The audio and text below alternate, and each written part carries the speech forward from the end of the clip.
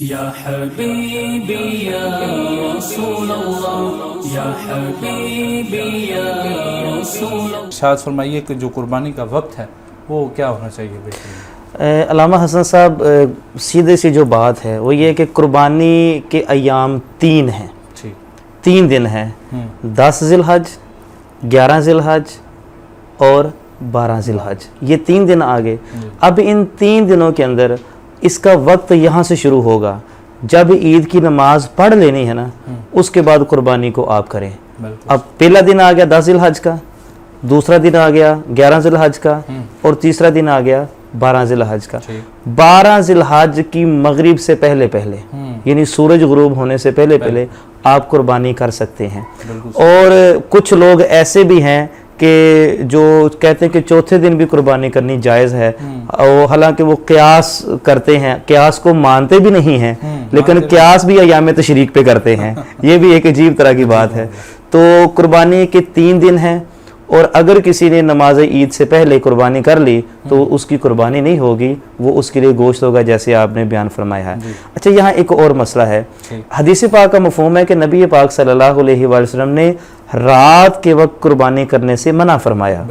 اس کی وجہ یہ تھی کہ اس وقت لائٹ کا اتنا انتظام نہیں ہوتا تھا. اب چونکہ ہر طرح جدید لائٹ ہے، دیگر معاملات ہیں، تو اب رات کے وقت بھی قربانی کر سکتے ہیں. رات کو بھی قربانی کرنا جو ہے وہ جائز ہے. اس وقت چونکہ روشنی کا انتظام نہیں ہوتا تھا اس لحاظ سے نبی پاک صلی اللہ علیہ وسلم نے منع فرما دیا. لہٰذا ناظرین کرام ان باتوں کا خصوصی خیال رکھیے گا کہ قربانی کے ایام کون سے ہیں. اگر ان کے علاوہ چونکہ شریعت ہمیں پابند کرتی ہے، اگر ہم شریعت کے دائرے میں رہ کر جو عمل کریں گے اس کا ہمیں اجر و ثواب ملے گا. اگر اپنی مرضی سے کریں گے پھر ہمیں اس کا اجر و ثواب نہیں ملے گا، پھر شریعت کا کیا فائدہ ہے.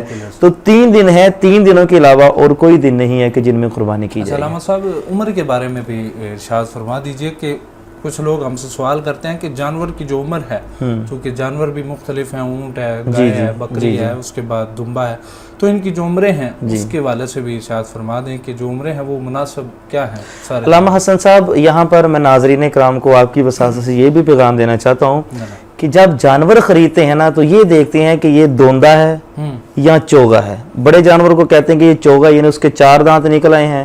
جو چھوٹا جانور ہے اس کو دیکھتے ہیں کہ یہ دوندا ہے یعنی اس کے 2 دانت نکل آئے ہیں. حالانکہ شریعت کے اندر یہ نہیں ہے.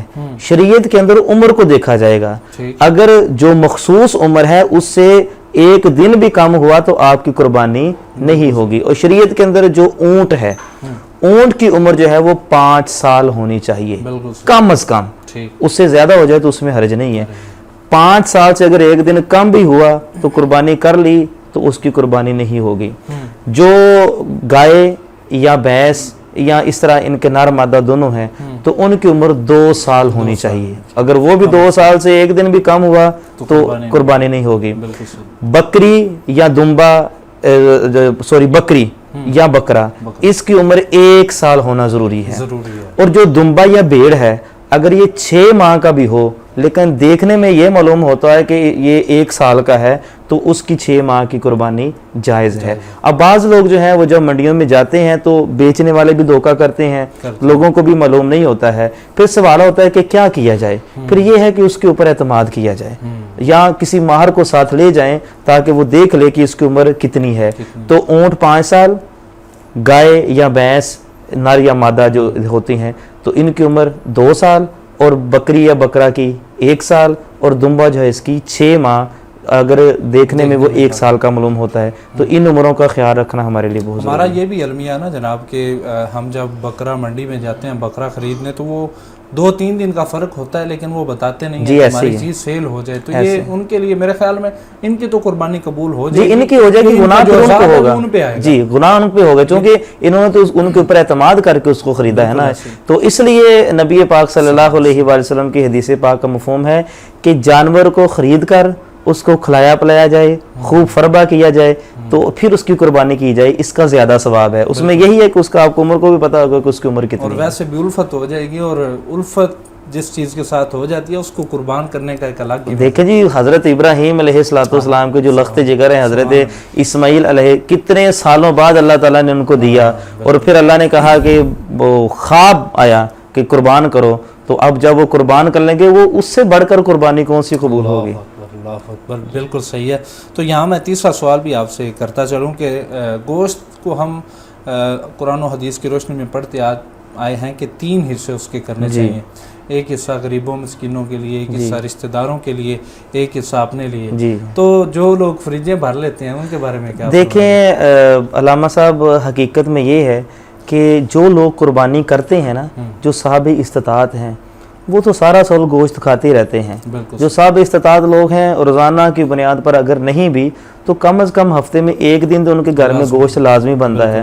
تو وہ جب کھا لیتے ہیں تو اب یہ قربانی دراصل غریبوں کا احساس کرنے کے لیے ہے. قربانی کریں، اس کے 3 حصے کر لیں، ایک اپنے لیے رکھ لیں، ایک رشتہ داروں کے لیے رکھ لیں، ان کی بھی دعوت کرنی چاہیے، اور دوسرا جو ہے وہ غریبوں مسکینوں کے لیے رکھنا چاہیے.